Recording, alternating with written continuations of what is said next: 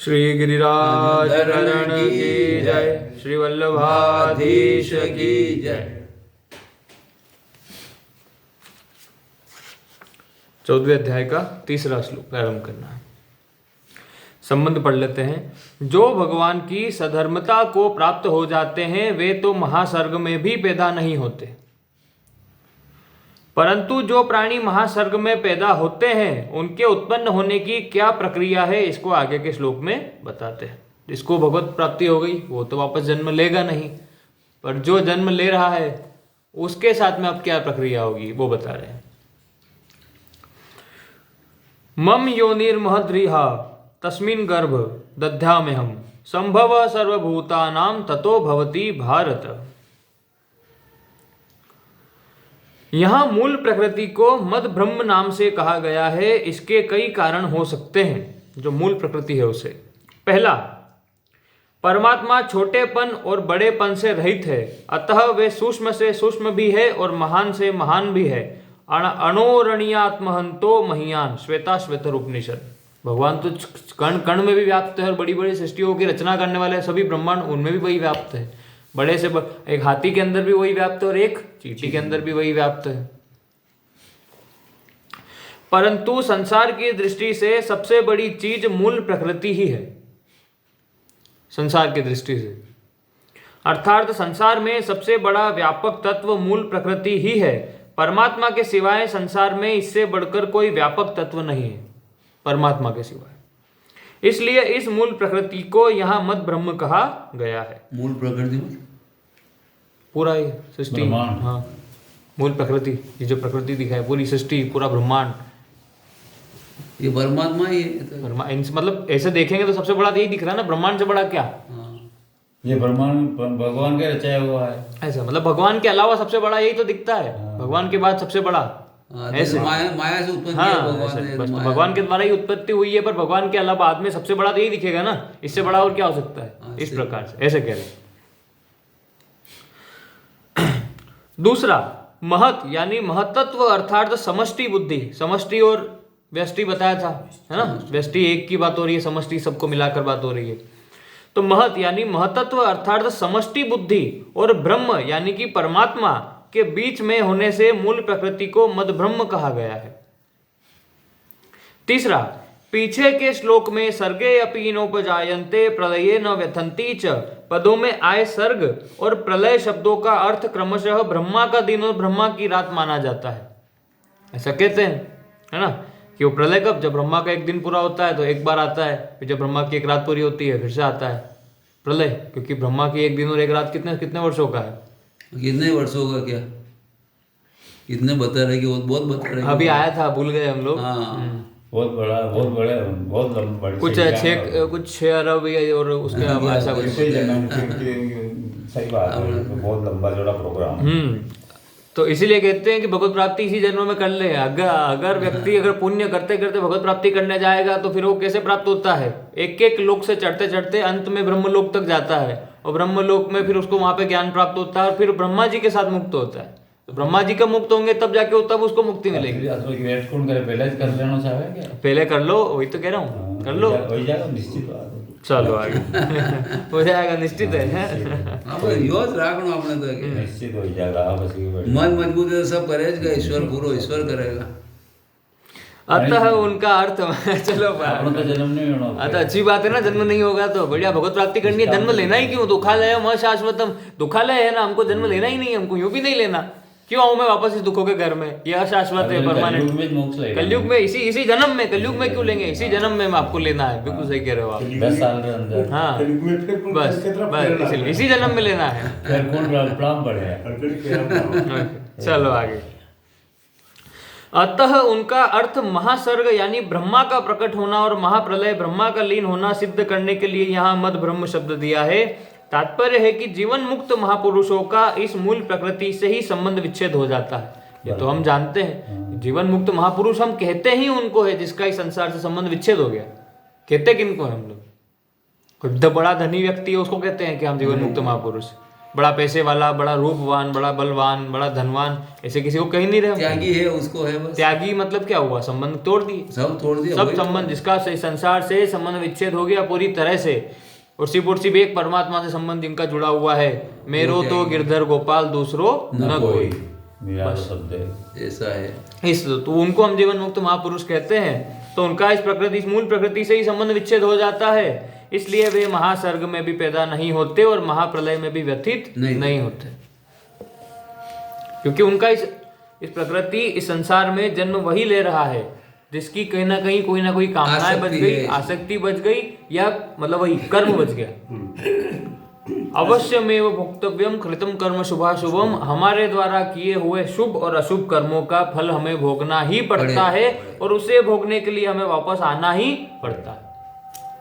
कुछ भी कर लीजिए, व्यक्ति को किसी से भी बच जाए, अपने कर्मों से नहीं बच सकता। कर्म तो भोगने के लिए उसे आना ही पड़ेगा, उसके द्वारा किए हुए शुभ और अशुभ दोनों। ये जो व्यक्ति बार बार जन्म मृत्यु के चक्र में फंस रहा है, इसका कारण मूल ये आसक्ति और कर्म ही है। क्योंकि कर्म उसने मतलब वही जो निष्काम तो करा नहीं है, निष्काम नहीं किया यानी भगवान को अर्पित नहीं किया। हाँ, वो सारे कर्म उसने अपने खुद से बांध के रखे थे कि ये मैं कर रहा हूँ इस तरीके से। तो अब उन कर्मों का जो फल है, मान लीजिए अच्छा भी किया, ऐसा नहीं कह रहा हूँ सिर्फ बुरा, अच्छा भी किसी ने व्यक्ति अब कर्म किया, अब वो अच्छा उसने सकाम भाव से किया।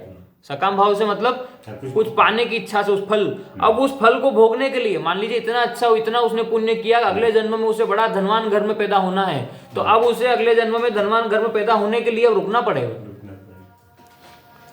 उसका पुण्य का फल भी भोगने के लिए वापस तो आना ही पड़ेगा। और वैसे ही अगर पाप किया है तो पाप का फल भोगने के लिए आना पड़ेगा। पर कर्म जब तक बंधे हुए हैं तब तक व्यक्ति संसार के इस चक्र से मुक्त नहीं हो सकता, कदापि नहीं हो सकता, किसी भी हालत में नहीं हो सकता।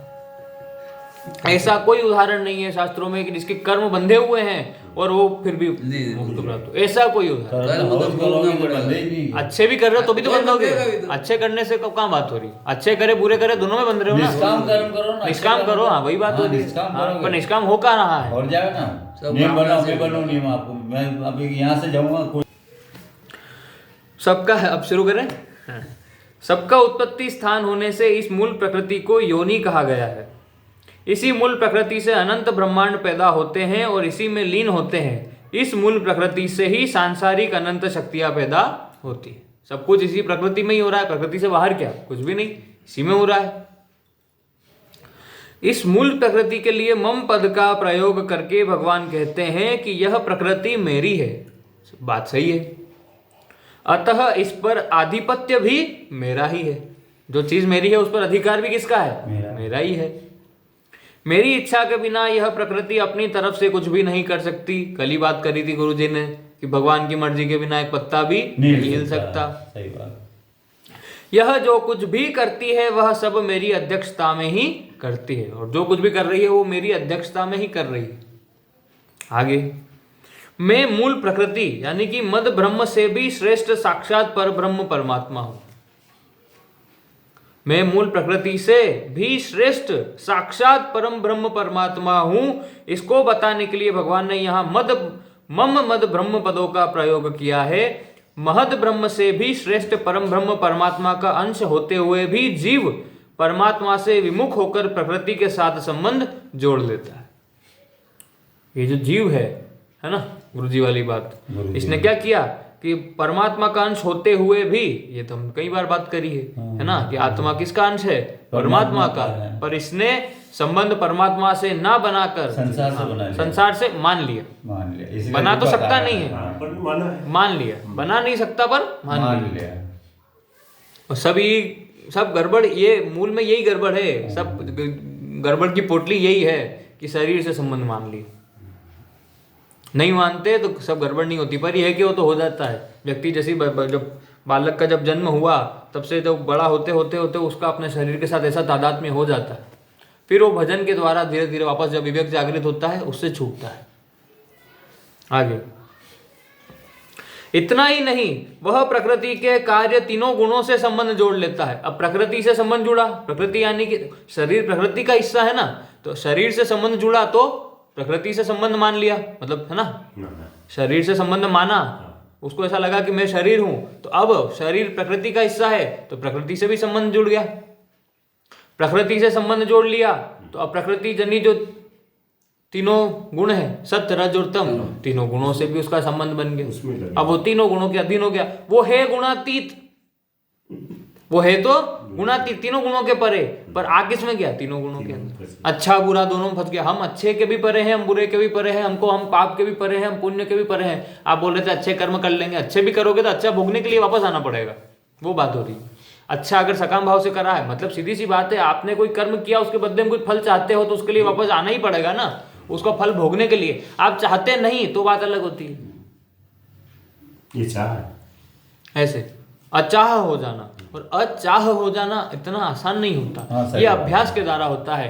हम कह देते हैं वही बात हो रही है, बाकी ये है ना, अगर हम खुद अंदर से देखें तो कामनाएं तो अभी भी है, चाह है, अभी से कहाँ से चली जाएगी? हाँ टाइम लगेगा। ऐसे, पर ये अभ्यास के द्वारा, भजन के द्वारा, आप बोल रहे थे ना, इसलिए भजन के द्वारा ये चली जाएगी, भजन ये पक्की बात है। जो व्यक्ति भगवान का भजन कर रहा है, उनका सुमिरन कर रहा है, भगवत शास्त्र स्वाध्याय कर रहा है, मतलब सत्संग में जा रहा है, सब संतों का सानिध्य प्राप्त कर रहा है, उसके अंदर ऐसा विवेक जागृत हो जाता है और वो फिर ये बात समझता है। भगवान की कृपा दुआ सब इधर हो गई तो उधर से हट गई, भगवान की तरफ से इधर हो गई तो भाई एक म्याह में 2 तलवार तो रहेगी नहीं, वो तो छोड़ना पड़े, वो तो छोड़ना पड़ेगा। लोटे में जल भरा उसको खाली करे, दूसरा दूध भरे, कहाँ से भरे? आगे तो गुणों से संबंध जोड़ लेता है और उससे भी नीचे गिरकर गुणों के भी कार्य शरीर आदि से संबंध जोड़ लेता है और बंध जाता है, और फिर वो बंध जाता है, परतंत्र हो जाता है। कल ही बात हुई थी, कल के श्लोक में, कि जो आत्मा है वो स्वतंत्र है, पर वो परतंत्र हो जाता है शरीर से संबंध बनाकर। अब उसने अपने आप को ये ढांचा मान लिया ना, अब मैं इसी के अंदर, अब मैं इससे बाहर नहीं जा सकता, वो ऐसे उसको ऐसा लगता है, अब खत्म खेल। अब वो इसी के अंदर, इस ढांचे के अंदर हमेशा के लिए, जब तक उसको ये वापस ये जागृत नहीं होता कि मैं ये नहीं हूं, तब तक वो इसमें फंसा रहता है, प्रकृति में। आगे, अतः भगवान मम मद ब्रह्म पदों से कहते हैं कि जीव का संबंध वास्तव में मूल प्रकृति से भी श्रेष्ठ, यानी मुझ परमात्मा के साथ है। मम एव अंशः, इसलिए प्रकृति के साथ संबंध मानकर उसको अपना पतन नहीं करना चाहिए। प्रकृति से संबंध मानकर वो अपना पतन कर रहा है, वो नहीं करना चाहिए उसको। तस्मिन् गर्भ दधाम्यहम्, यह गर्भम पद कर्म संस्कारों सहित जीव समुदाय का वाचक है। यह गर्भम पद कर्म संस्कारों सहित जीव समुदाय का वाचक है। भगवान कोई नया गर्भ स्थापन नहीं करते। अनादि काल से जो जीव जन्म मरण के प्रवाह में पड़े हुए हैं, वे महाप्रलय के समय अपने अपने कर्म संस्कारों सहित प्रकृति में लीन हो जाते हैं। प्रकृति में लीन हुए जीवों के कर्म जब परिपक्व होकर फल देने के लिए उन्मुख हो जाते हैं, तब महासर्ग के आदि में भगवान उन जीवों को प्रकृति के साथ पुनः विशेष संबंध, जो कि कारण शरीर रूप से पहले से ही था, स्थापित करा देते हैं। यही भगवान के द्वारा जीव समुदाय रूप गर्भ को प्रकृति रूप योनि में स्थापन करना है। भगवान को वापस से कोई नया नहीं बना रहे, नया जीव। ये वही जीव है जिसके संचित कर्म बचे हुए थे, इसको अब अपने कर्म भोगने थे। अब महाप्रलय भी हो गया, वापस से जब सृजन होगा फिर से उसका जन्म होगा। बच कोई भी नहीं सकता अपने कर्मों से, अपने प्रारब्ध से कोई भी नहीं बच सकता। फल भोगना पड़ेगा, फल भोगना तो पड़ेगा ही। एक ही उपाय है, एक उपाय है भगवान, है ना। सर्वधर्माणाम परित्यज्य मामेकम शरणम व्रज अहम त्वाम सर्व पापेभ्यो मोक्षयिष्यामि मा। कि तुम्हारे द्वारा किए हुए शुभ, क्योंकि देखो कर्म तो हो चुके, शुभ और अशुभ आपके और मेरे द्वारा हो चुके हैं। ऐसे देखा जाए तो फिर हम कभी मुक्त ही नहीं होंगे, रोज ही हो रहे, मुक्त होंगे ही नहीं, पता नहीं, छोड़ो, होंगे ही नहीं हम कभी। क्यों? अभी फिर से कर्म हो रहा है। अभी में कर्म कर ही रहे हैं ना, बैठे थोड़ी हैं हम, हमारा जीवन खत्म थोड़ी हुआ। कर्म करते रहेंगे, जाने अनजाने में अच्छे भी होंगे, बुरे भी होंगे। भागवतिक कर्म भी कर रहे हैं तो पुण्यों में ही तो आ रहा है। आपने दान किया, आपने तप किया, आपने तीर्थ किया, भगवान का भजन किया, तो पुण्यों में ही तो आ रहा है। ऐसे देखोगे तो कभी व्यक्ति मुक्त ही नहीं हो पाएगा। पर जब वो इनसे संबंध एक तो मानना बंद कर देता है, जो भी किया वही अपने आप को निमित्त मान लेता है, मेरे द्वारा जो भी हुआ उसका कर्ता धर्ता सब वो है, करता भी वो, भोगता भी वो, मैं निमित्त था। अगर ऐसा भाव, वास्तविकता में भाव, ऐसे खाली मुंह से बोलने की बात नहीं कर रहा हूँ, वास्तविकता में अगर ये भाव हमारे अंदर आया, तब तो जो भी कर्म अब कर रहा है, उस कर्मों से अब उसका कोई लेना देना नहीं होगा। मेरी बात को समझिएगा। देखिए, दो बातें हैं। क्या? एक तो अभी हम जो कर्म कर रहे हैं वो, और एक जो कर्म पहले ही कर चुके हैं दो बातें हो गई ना। हो गई। एक तो जो कर चुके हैं, मतलब अब उसका हम कुछ नहीं कर सकते। हमने कुछ अच्छे भी करे हैं आज तक और कुछ बुरे भी दोनों किए हैं, पक्की बात है। उनका फल तो भोगना अब तो वो दोनों तो अब हो चुके, उसका भी कुछ कर नहीं सकते। किसका कर सकते हैं? जो कर रहे हैं। तो दोनों का उपाय बताते हैं भगवान।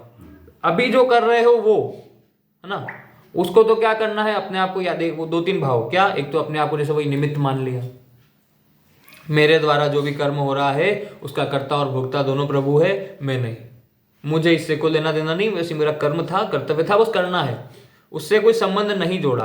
तो अब आप जो भी कर्म कर रहे हो, अच्छा बुरा दोनों ही, है ना, वो दोनों से ही आपका कोई आसक्ति मतलब संबंध नहीं जोड़ा। वो फल का, उस कर्म का फल आपको मिलने वाला नहीं है। पहला है ना, कि अब जो अभी हम जो कर्म कर रहे हैं उससे आने वाले फलों का हमको कोई लेना देना नहीं है। कर्मण्यवाधिकारस्ते मां फलेषु कदाचन, भगवान ने बोल दिया है ना, कि फल की चिंता, मतलब फल छोड़ देना, तुम आप अपना कर्म करो, है ना, निष्काम। तो 2 में से 1 का काम तो हमारा हो गया। किसका? अभी जो कर्म कर रहे हैं उसका, कि उसके आने वाले, यानी कि अभी हमने अपना वर्तमान अब भविष्य तो सुधार लिया। जो कर्म थे, आने वाले कर्म तो हमारे जुड़ने वाले हैं नहीं, पर अभी तक पीछे वाले बचे हुए हैं। अब पीछे वाले के लिए क्या किया जाए? तो पीछे वाले के लिए भगवान बोलते हैं वही वापस से, मेरा भजन, मेरा सुमिरन, मेरा चिंतन, है ना। मतलब भगवान अर्जुन को क्या बोलते हैं? मन में मुझे रख और युद्ध कर। तेने पहले कहा था ना कि सुबह से लगा हाँ, भगवान का चिंतन करते रहो हर समय 8 याम भगवान का चिंतन। उससे भी क्या होगा? हमारे पूर्व के किए हुए संचित कर्म भी नष्ट होते चले जाएंगे। यही तो पूर्व के किए हुए संचित कर्म हाँ नष्ट होते चले जाते हैं। आपने जो भगवान नाम का जप किया, 24 घंटे में से कम 8 घंटे 10 घंटे वो भगवान नाम आपके सभी कर्मों का, और फिर आप भगवान को अर्पित कर दो कि मेरे द्वारा, जैसे बड़े बहुत सारे संत महात्मा बोलते हैं क्या, कि आप डेली काम करो, डेली या तो हर घंटे या फिर हर दिन बोलो कि भगवान आज का मेरा किया हुआ जो भी कर्म था, शुभ और अशुभ में दोनों ही आपको अर्पित करता हूँ। गीता में बोल रहा था इस प्रकार से। तो इससे होगा क्या? जो पुराने किए थे उससे वो उन फलों का नाश हो गया, वो नष्ट हो गए संचित कर्म आपके। अगला अभी वाला कर्म आप जो भी कर रहे हो उसका तो फल आप अपने से जोड़ ही नहीं रहे हो, क्योंकि आप कर ही नहीं रहे। तो अब आपका कोई कर्म बचा ही नहीं जिसको आपको भोगना है। ध्यान से सुनिएगा, अब कोई कर्म ऐसा बचा ही नहीं जिसे भोगना बाकी है, और जब भोगना बाकी नहीं है तो मुक्त हो गया, बैलेंस हो गया, तो मुक्त हो गया। रोज भगवान के सामने इस प्रकार वंदना करोगे। पर वही बात है जैसा गुरुजी ने बताया था, अब वो खाली मुंह से बोल दिया। अब गाय मर गई तो बोलता है कि परमात्मा ने किया, और जब कुछ गांव में फंक्शन करवा रहा है तो बोल रहा है कि मैं करवा रहा हूँ, तो आगे गड़बड़ हो गई। तो वो क्या हो जाता है, जैसा आपने कहा, कथनी और करनी में फर्क हो जाता है। वो वैसी बात नहीं ऐसे नहीं होनी चाहिए, सही बात है। वो तो भाव वाली बात है। व्यक्ति हर समय भगवान के भाव में जो व्यक्ति डूबा हुआ है, शुभ और अशुभ दोनों कह रहा हूं मैं, ऐसा नहीं कि अशुभ कर रहा है तो भगवान आपने करवाया था, आप जानो, आपको अर्पित करते हैं, और शुभ जो कर रहा है तो भैया वो तो मैंने किया था, मुझे माला पहनाओ। अरे माला फिर आप क्यों पहन रहे हो? वही तो भैया का दुख होता है। आप क्यों माला पहन रहे हो? आप बोले ना मैंने नहीं करवाया, करवाने वाले तो मेरे प्रभु थे। इस प्रकार से करवाने वाले तो मेरे प्रभु थे, तो माला के असली हकदार भी तो मेरे प्रभु ही हुए फिर, हैं? फिर वो सम्मान भी मैं क्यों चाह रहा हूँ, मैं क्यों वो सम्मान चाह रहा हूँ, है कि नहीं? ऐसे चलिए आगे, समय हो गया, चलिए ठीक है। तो फिर आगे का शेष पर चलो, हाँ थोड़ा ही बचा है तो पूरा श्लोक तो कर ही लेते हैं। हाँ पूरा श्लोक कर ही लेते हैं। संभव सर्वभूतानां ततो भवति भारत, भगवान के द्वारा प्रकृति में गर्भ स्थापन करने के बाद संपूर्ण प्राणियों की उत्पत्ति होती है, अर्थात वे प्राणी सूक्ष्म और स्थूल शरीर धारण करके पुनर्जन्म प्राप्त करते हैं, क्योंकि उनके कर्म बाकी थे, संचित कर्म, वो जब परिपक्व हो गए, अब उनका फल भोगना है तो उसे वापस आना पड़ा। महासर्ग के आदि में प्राणियों का यह उत्पन्न होना ही भगवान का विसर्ग यानी कि त्याग है, आदि कर्म है। जीव जब तक मुक्त नहीं होता तब तक प्रकृति के अंश कारण शरीर से उसका संबंध बना रहता है। ये भी हम जानते हैं, जब तक हम मुक्त नहीं होंगे तब तक तो इस शरीर से संबंध बना रहेगा ना, कारण शरीर से। स्थूल शरीर तो बदलते रहते हैं, ये शरीर तो बदल जाएगा, अगला जन्म फिर दूसरा शरीर, ये शरीर थोड़ी मिला मुझे, दूसरा शरीर मिलेगा। कारण शरीर वही रहता है, अज्ञान वाला, जो कर्म जहां पे भोगे हुए, और वह महाप्रलय में कारण शरीर सहित ही प्रकृति में लीन हो जाता है। परिशिष्ट भाव, भगवान के कथन का तात्पर्य है कि जन्म मरण में पड़ा हुआ होने पर भी जीव मेरा ही अंश है। जन्म मरण में पड़ा हुआ है तो भी अंश तो मेरा ही है। उसकी सधर्मता एकता मेरे साथ है, शरीर के साथ नहीं। उसका जो अपनापन है, उसका जो संबंध है वो मुझसे, मेरे साथ है, इस शरीर के साथ, इस प्रकृति के साथ नहीं। संबंध किसका है? आत्मा का संबंध किससे है? परमात्मा से। ऐसे शेष कर। ओम शांति शांति शांति। श्री गिरिराज धरण की जय, श्री गोवर्धन नाथ की जय, श्री वल्लभाधीश की जय, परम दयाल श्री गुसाई जी की जय, श्री विठल नाथ जी की जय, श्री यमुना महारानी की जय। जय जय श्री राधे पूछरी के लोठा की हो प्यारे।